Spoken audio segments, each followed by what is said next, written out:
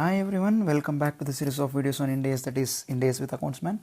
In the last few lectures we were discussing impairment of assets, so we're going to continue the same. If you can remember, in the last session I told you how to compute impairment. We discussed these terms, that how to compute the estimated cash flow, how do we arrive at the fair value, and how exactly do we determine the cash flows, what are the points to be considered in this process, and the discounting factor as well. So, and then how to aggregate that impairment loss when it is CGU, first adjust against goodwill and then against the rest. So we did all that. Yesterday, before I ended the session, I had asked you one question, asking, I put across a thought saying that, can the impairment loss be greater than the carrying amount? So the thought that I put across was, can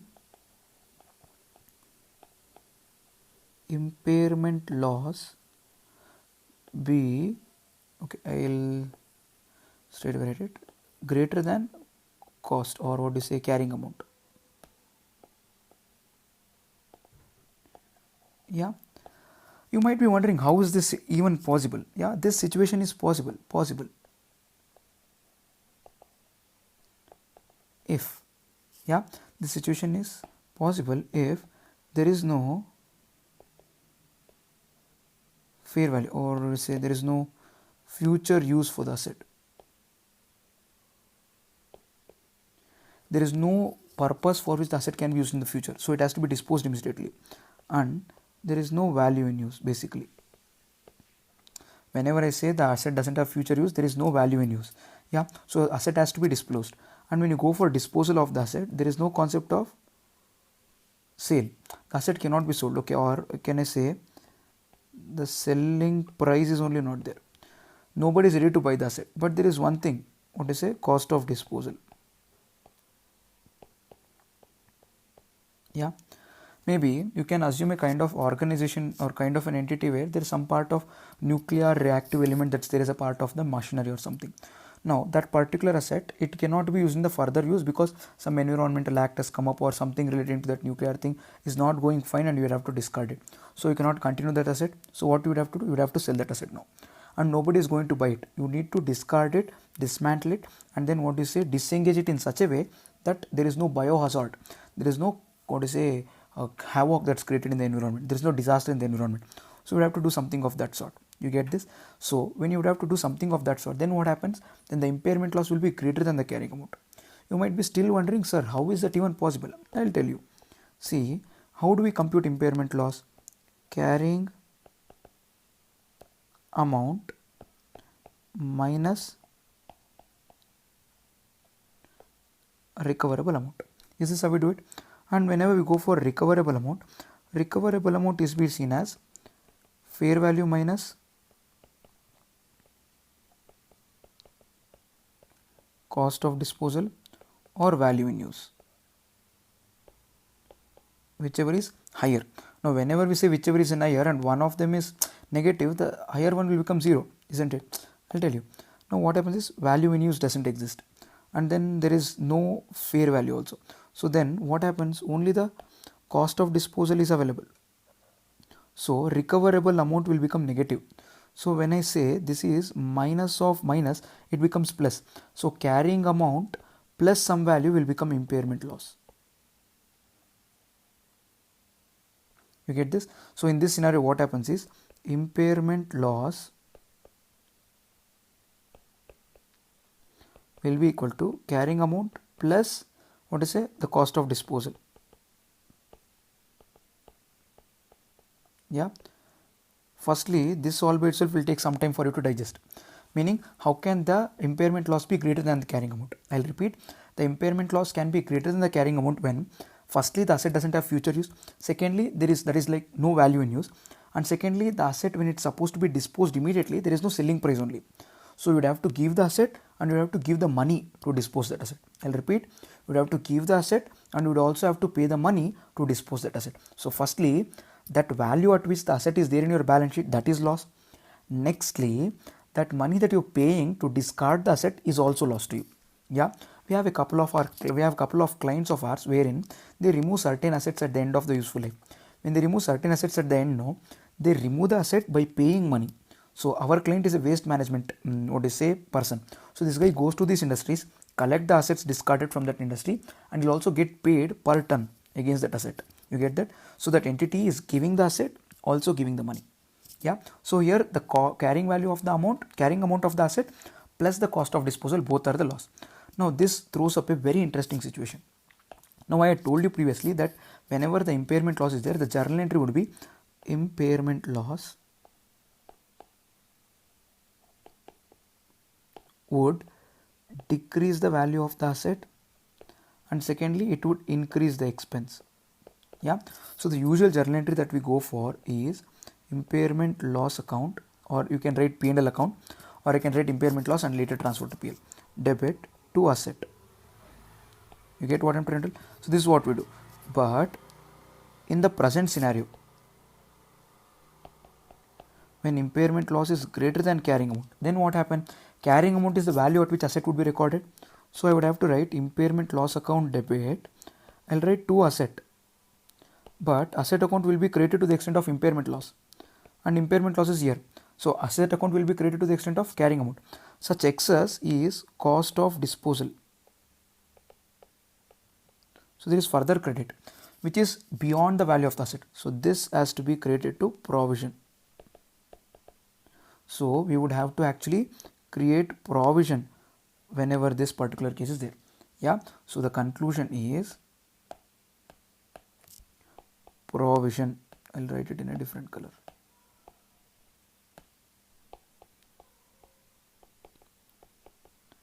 Provision has to be created for what? Cost of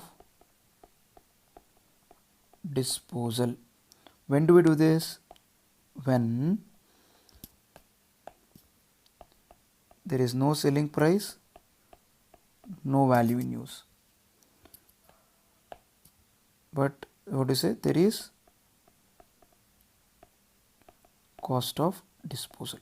Yeah, very interesting scenario. You can actually take a note of this. This actually becomes little tricky, but only point is here the asset is actually become liability. So there is an asset which is at 100 rupees in my books. Now I need to give that asset and also give 10 rupees. So basically that asset will become negative value, meaning that asset is turning into liability. So to that extent, beyond the value of the asset, what I am going to flow out in terms of cash, I am going to create provision. So that is provision for what I say disposal that I need to create in this particular scenario. So this is the journal entry in usual cases. So this is our special case. Yeah, I hope you understood this part where the impairment loss is actually greater than the carrying amount. Next, another interesting discussion that we had yesterday is with regard to goodwill. I'm going to say we didn't have it in the previous session, but I told that that's something that's worthy discussing. Yeah, in fact I told you a little part wherein when the impairment loss is identified for the entire CGU, cash generating unit, when we are supposed to allocate that impairment loss to assets within the CGU, I told you that firstly we need to deduct it completely from the value of the, I told you here, yeah, firstly we need to deduct it completely from the value of the goodwill, and later the balance should be proportionately allocated to the other assets in the CGU in their carrying amount. I repeat, I told you yesterday that when we identify impairment loss, if it is against a single asset, it is all fine. When such impairment loss is identified for an entire CGU, then that impairment loss should be broken down to each of the asset, isn't it? How do we do it? If there is a goodwill within the CGU, first such impairment loss should be deducted from the entire value of goodwill. If there is any excess of impairment loss pending after adjusting against CGU, such amount should be proportionately shared between the other assets within the CGU. That basis will be our carrying amount. I told you this. Now the entire discussion is why does goodwill has a special treatment here? Yeah, so let's get started. Firstly, the standard which deals with goodwill, what is our Ind AS 38, specifically says that there is no concept of amortization.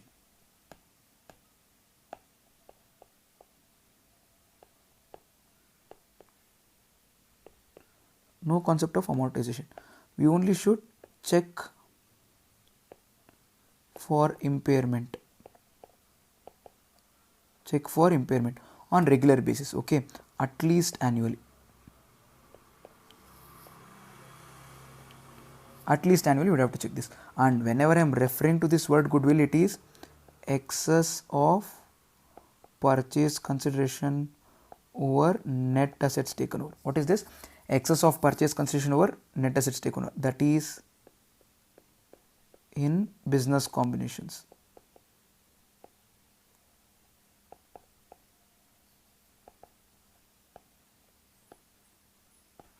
Now, when I say that we need to determine impairment loss how do you determine? Carrying amount minus recoverable amount. Recoverable amount will be fair value less cost of disposal or value in use, whichever is higher. Am I right? Now, what happens with respect to goodwill is we will not be able to determine the fair value. Why? Goodwill cannot be sold. No, that goodwill is excess of purchase consideration over the net assets taken over. Why do you pay such extra consideration? Because you expect future economic benefits from that particular deal. Now, when you go for amalgamation or any sort of business combination, from that particular assets, you don't just see them as assets. Individually, they might be assets, but togetherly, they might give you better benefits in the future. So, in expectation of the benefits that you're going to earn in the future, you pay extra money, that is goodwill. Can you sell it to someone? No. In isolation, goodwill cannot be sold. It is the synergic effect that you're getting because you're buying all the assets together. So, there is no concept of fair value. There is no concept of cost of disposal also. And can you determine the value in use? Alone, no, goodwill will not generate any cash flow. No, just because I have a good name, people will not come to me and then trade with me. I need to have the product also. I need to have the service also. So, largely independent cash flows will not arise from goodwill. I'll repeat, independent cash flows cannot be generated by goodwill. So, there is no concept of value in use also. So, recoverable amount cannot be easily determined. So, what do? We need to remember here that goodwill is an asset. Goodwill is an asset, but it doesn't have largely independent cash flows. No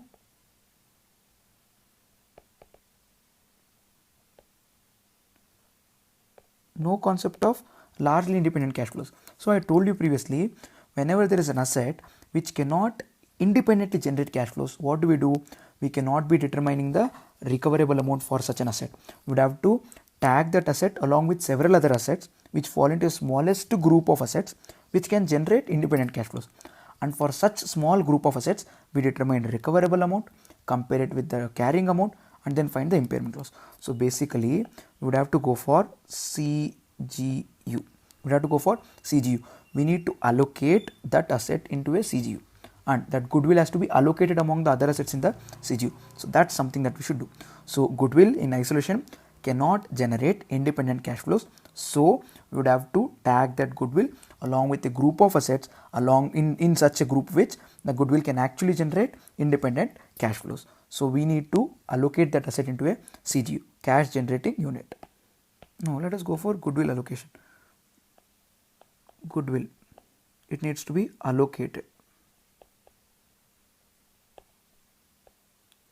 on two important terms, okay? Reasonable, and the next one, consistent. You get this? It should be reasonable and it should be consistent. On a reasonable and consistent basis to what? What do you say? Single or group of assets. And very important term here, what I am trying to tell is, whenever I am telling the basis, I am telling reasonable and consistent basis, not at whims and fancies.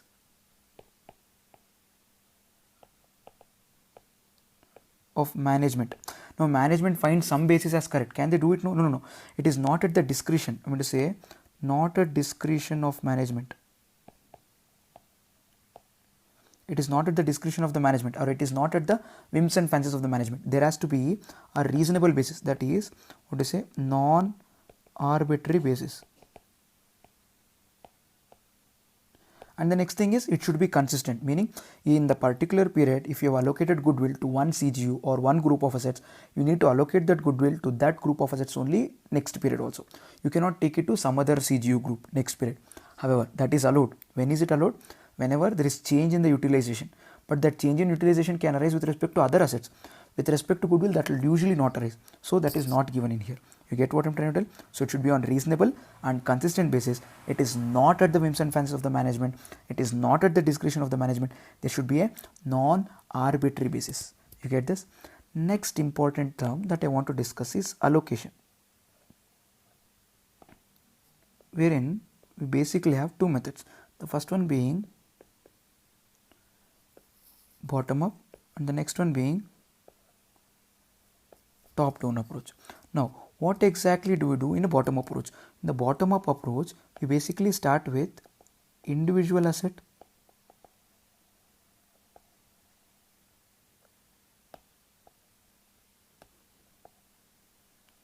and then we allocate it to group.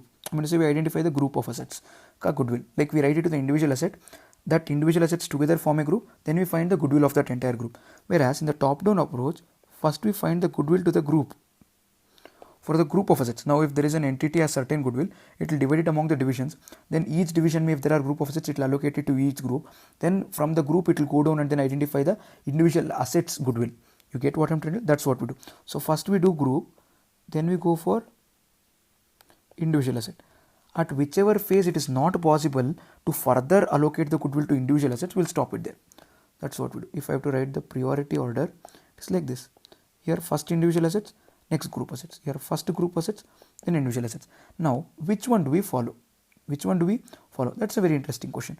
We need to check here as to which standard tells what. So this bottom up approach is given by IND AS 38, whereas we are doing IND AS 36. IND AS 36 impairment usually suggests top down approach, whereas our intangible asset standard, which I haven't discussed yet, we'll discuss provisions, contingencies after this standard, then we'll go to intangible assets. When we go there, we'll basically be doing it under bottom up approach. So IND AS 36, that is impairment, pushes us to follow top down approach, and this is with respect to goodwill. And taking this little ahead, same thing what I told you now with respect to my goodwill applies to corporate assets also.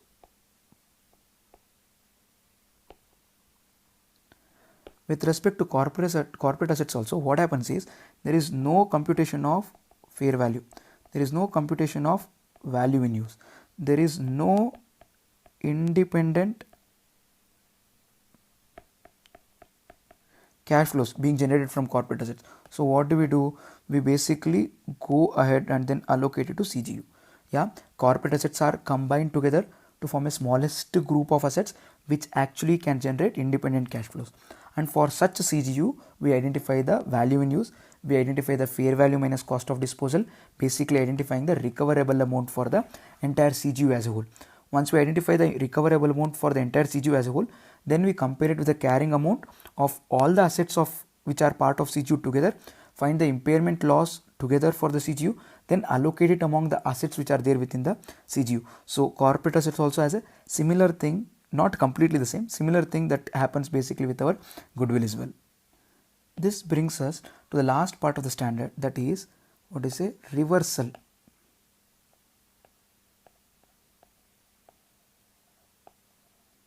of impairment.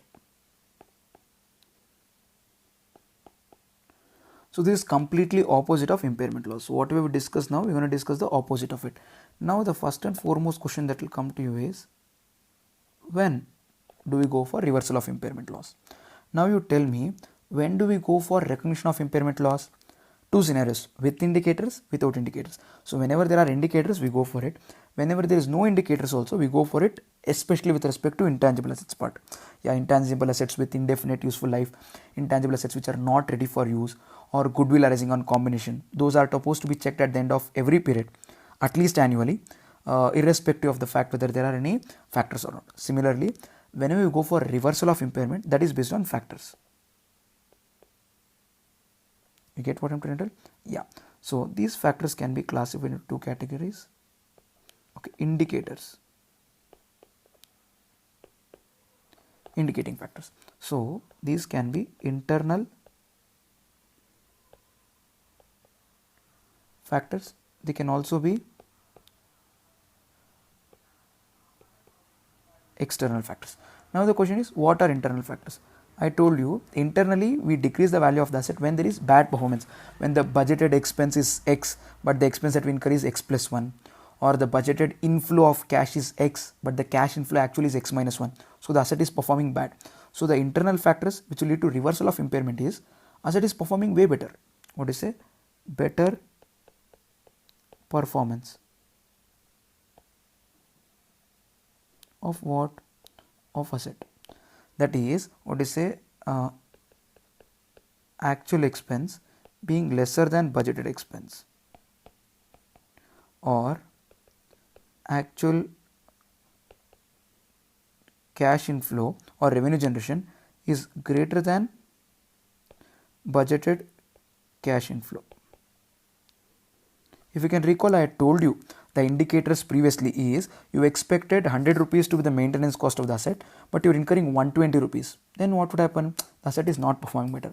Or you expected 1000 rupees cash inflow from the asset, but it's generating only 800. But in the case of reversal, it is opposite. You expected 100 rupees to be the cost of maintenance, the asset's maintenance cost is only 80. Or you expected 1000 rupees cash generation from the asset, but asset is generating 2000 rupees. So the better performance is the reason. Now what are the reasons when it comes to external factors? The external factors reasons is increase in market value. I told you previously, isn't it? There is huge decrease in the value of the asset. That might be the reason why we basically go for impairment. Now there is increase in the market value of the asset. Yeah, there is huge increase. Then what happens? Then the asset basically will lead to bad part. Yeah, the asset is not actually performing good. The value of the asset in the market is down. We'd have to impair it. That is sudden reduction in the value of the asset. Next one, there can be reduction in discounting rates, or what is a rate of interest in the market.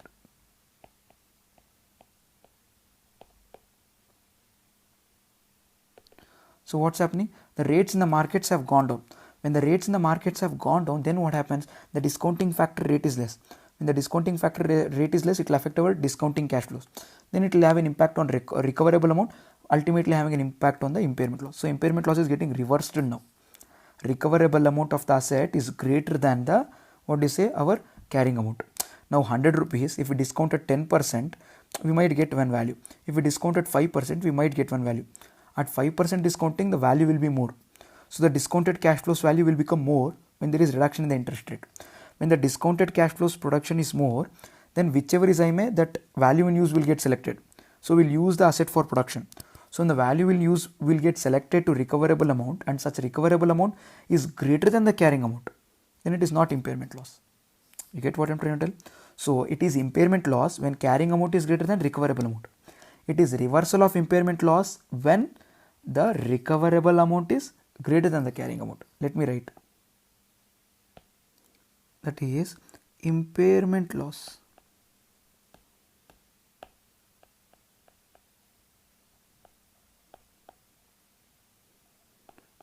when do we call it impairment loss? When carrying amount is greater than recoverable amount. And how do we find it? We find it as carrying amount minus recoverable amount. Am I right? Now, how do we find reversal of impairment loss?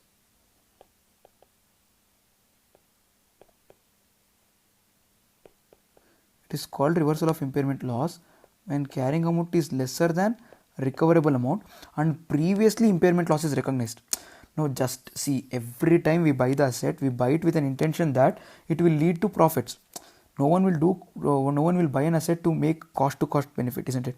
We want to make better cash flow than what we actually invested. That is the reason we basically buy the asset. So in majority of the circumstances, recoverable amount will be greater than the carrying amount. Now when I buy a product for rupees 10, my intention is to sell it for 12 or 14. You get that? So recovery is 12, cost is 10. So there is always profit. So is it always reversal of impairment? No. In order to call it reversal of impairment, firstly there should have been impairment. In the previous years, one of the years, we should have recorded impairment. And in the current year, carrying amount is less and recoverable amount is more. Yeah, reversal of impairment loss when carrying amount is lesser than recoverable amount and impairment loss is recognized previously. Then how do we find reversal of impairment loss? Reversal of impairment loss is recoverable amount minus carrying amount.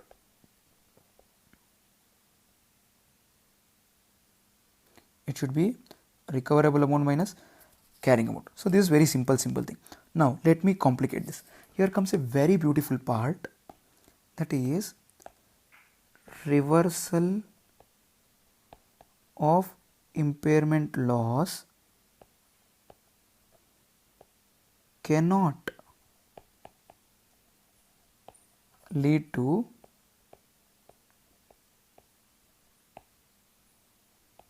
upward revaluation of asset. You get what I am trying to tell? Reversal of impairment loss cannot lead to upward revaluation of asset. Now what exactly am I trying to tell? Meaning, whenever we revalue the asset, whenever we reverse the impairment loss, it should take back the asset to the extent of the previous impairment loss, or what exactly would have been the carrying amount of the asset if impairment loss wouldn't have been charged. Meaning, the thing should not become better than how it would have been if there is no impairment loss. Didn't understand? Let me explain this to you. Yeah, reversal of impairment loss should be lesser of these two items. Number one, impairment loss previously charged, whatever the existing impairment loss is at that amount, or carrying amount, what is, I can write difference between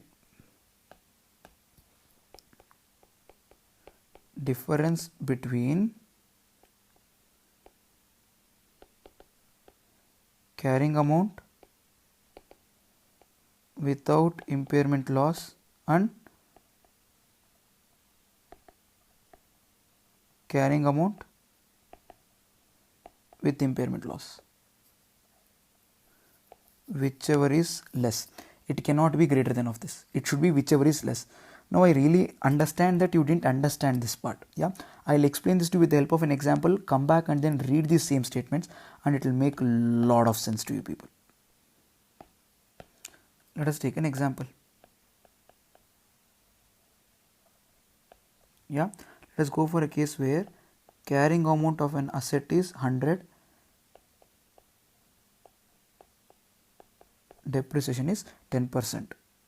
Okay, impairment loss 20. Then this is the case at the end of 1 year, a recoverable amount is 92. Why? I should bring in the case of what is a recoverable, what is a reversal of impairment. No? So this is the question so far. Now let us go for answer. Solution. Let us see. Now year 0, carrying amount. How much is the carrying amount? 100. Or I can write it a little differently. Concentrate. Year 0, carrying amount is 100. Now carrying amount with impairment loss, carrying amount without impairment loss. There is no impairment loss, there is yes impairment loss. Then we'll see each of the cases. Now if there is impairment loss, then what will happen? Carrying amount mein 100 is there, I'll do less impairment loss. How much? 20 rupees impairment loss. Then the asset will become 80. Oh sorry, this is without impairment loss.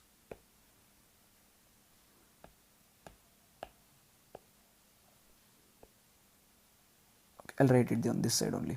Concentrate. Carrying amount is 100. Then I'll subtract my impairment loss 20. It becomes 80. Then I would have to subtract depreciation. How much? 10%. So this is the beginning and this is the end of the year. Now when I charge 10% depreciation, it becomes 8 rupees. When you deduct 8, it becomes 72. So what is this 72? Carrying amount. This is year 1. Okay. Year 1. Year 1. I'm going to say at the end of year 0. This is year 0 no. At the end of year 0 or at the beginning of year 1, it is how much? 72 rupees. Yeah, this is with impairment loss. Now concentrate here. Here what would happen? There is no impairment loss. Then I would only go for depreciation. Depreciation at 10%. That would become 10 rupees. So here I would get 90. So this is carrying amount year 1. Okay. In year 0, I have recognized 20 rupees impairment loss. Now the scenario what has happened is we will come to 92 rupees. Now I'll write it here only, concentrate.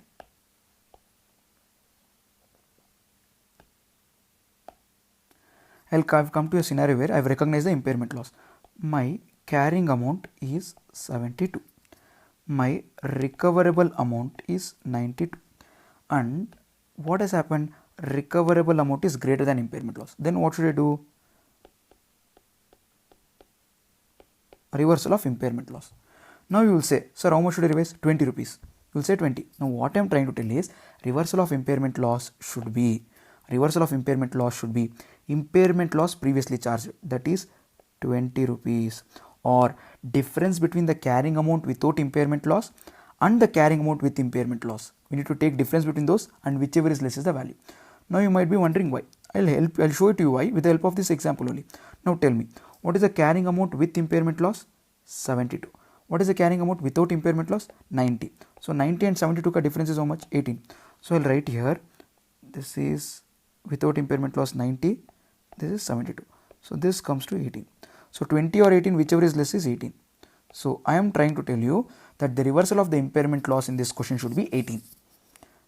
But your common sense might be pushing it really hard for you, trying to tell you excess amount is 20, reversal of impairment loss should be 20. I am trying to tell you why is it not 20 and why is it 18? Why is it not 20? Why is it 18? So your concept is recoverable amount is 92, carrying amount is 72, difference of 20, reversal, sir. We will add back 20 to the value of the asset. I am trying to tell you it should not be 20, it should be 18. Your answer is why. Your question is why. Now I'll tell you. If you go by 20 rupees, what is the current carrying amount of the asset? 72. Current carrying amount of the asset. Now I'll say reversal of impairment loss. Yeah, carrying amount is 72. Okay. Now impairment loss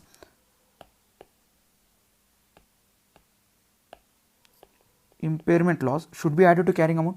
Now if I go by your logic and then add 20, the carrying amount, revised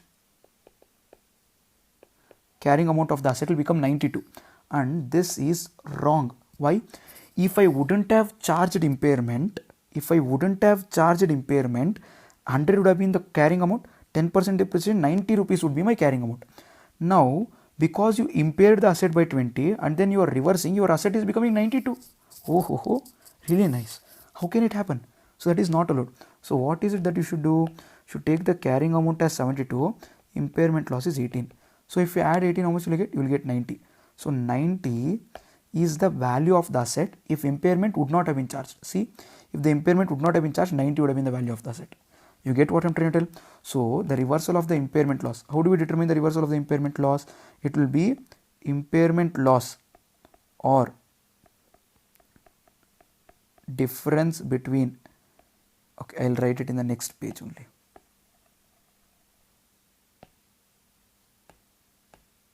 This is just for your understanding.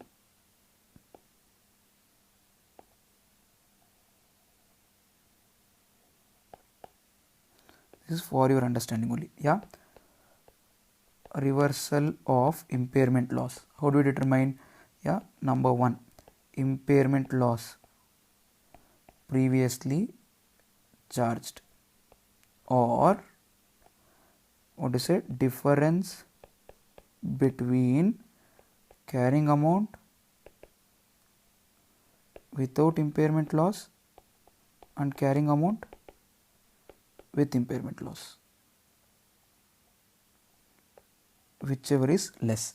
Okay, tell me how much is the impairment loss which was previously charged? 20, where it is available to us in the question. Now the difference between, what is the carrying amount without impairment loss? If there is no impairment loss, carrying amount is 90. If there is impairment loss, carrying amount is 72. So I'll write this is 90, this is 72, and the difference would be 18. Now whichever is less is how much? 18. So our impairment loss would be 18. Reversal of impairment loss would be 18. So revised carrying amount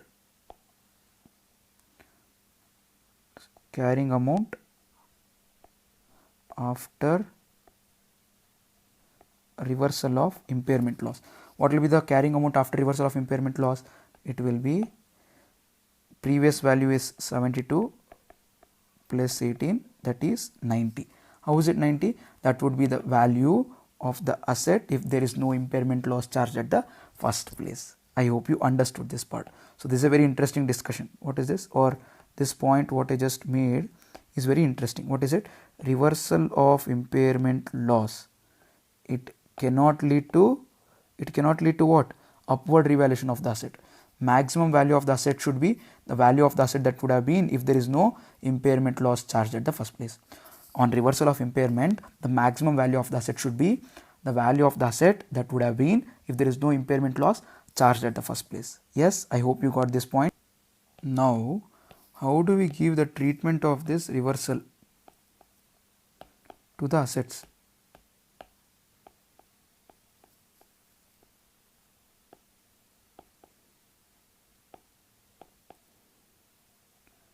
Reversal of impairment, treatment to the assets. Now, we need to categorize this into two categories primarily. First one is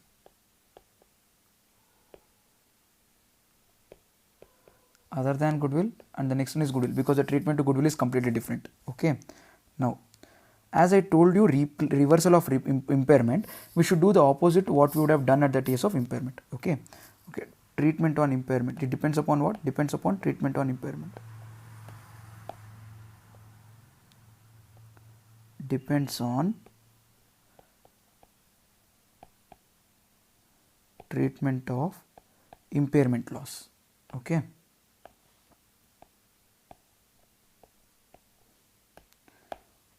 If impairment loss was transferred to P&L. Previously, when impairment loss was recognized, I have written impairment loss to asset, and that impairment loss is transferred to P&L. I have written P&L account debit to impairment loss. Then what do I do? This reversal also should be transferred to P&L. What do I write? Transfer reversal of impairment loss to P&L. That is, we are recognizing it as income.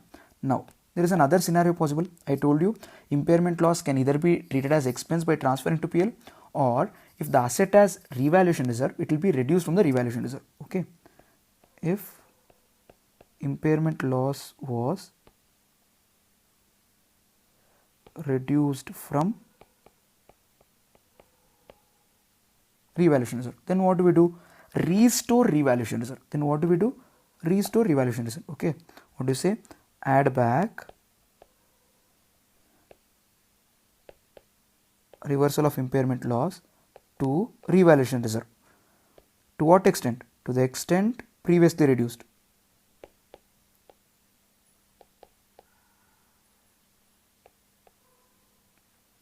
Yeah. Now I have previously reduced my revaluation reserve by 10 rupees. I will add back 10 rupees to revaluation reserve. What if my impairment loss reversal is 12? My impairment loss reversal is 12 and my revaluation reserve previously reduced was 10. So 10 I will add back to revaluation reserve. Balance 2 rupees would have to be going to P&L account. Why? Maybe that's the treatment that I have done at the time of impairment also. So that's what I will do.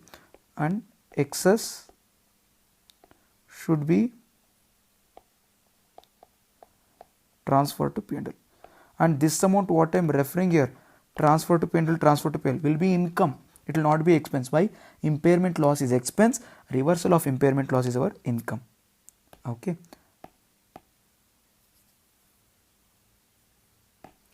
Now let us see with respect to goodwill. With respect to goodwill, first and foremost and very important point, a reversal not allowed.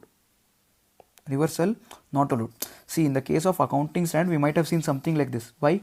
We might have told you reverse it, and if it is changed in because of accounting estimate, adjust it with the amortizable amount in the upcoming years. But we need to note a very important point that goodwill, there is no concept of amortization under Ind AS. We only need to check for impairment. Now, reversal is not allowed. But after me telling that, there are exceptions.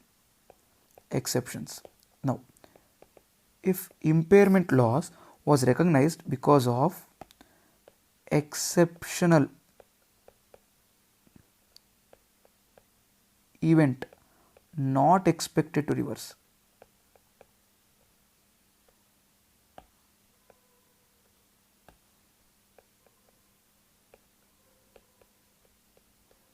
Yeah, we expected some exceptional situation because of which the value of the goodwill is coming down, and it is not supposed to reverse. It is not going to go opposite again. So that is the reason why we go for impairment loss. If it is done on that cases and now there are events that have happened which are exceptional events which are going to reverse that situation. You get that? Then we'll go for reversal of impairment loss. Reversal of impairment loss if exceptional events reversing such situation has happened. So few events were supposed to happen which were exceptional in nature and which are unreversible in nature. That happened. That is the reason we recorded impairment loss. Now that situation has changed. In such an exceptional situation, we can go for reversal of impairment loss. You need to note a very important point. I've been telling exceptional. It is not like in the normal course of operations. It's a very, very exceptional situation. Only then we go for this reversal of impairment loss with respect to goodwill. So I think by this we're done with this part.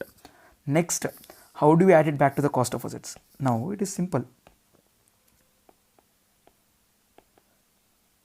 Reversal of impairment loss against single asset. If it is against single asset, what do? We'll write what you say that asset account debit to reversal of impairment loss, so that asset value will increase. No problem. What do you do? Add reversal of impairment loss to such asset. Now the situation becomes interesting if it is CGU. Now if impairment loss was determined as CGU and there is reversal happening as a CGU, then what do? Same thing that we did previously. What did we do previously? That reversal we add, that impairment loss, we apportioned it between all the assets within the CGU in the proportionate basis, pro rata basis, based on their carrying amount. Now also we do the same, but in this case we add up. There what we used to do was, we used to first subtract it from the goodwill and the balance was supposed to be done. Here there is no concept of adding back to goodwill or bringing back the goodwill from ashes. It is not a phonics bird. You get that? So what do we do? If it is a CGU, reversal of impairment loss allocated to all assets in CGU on pro rata basis.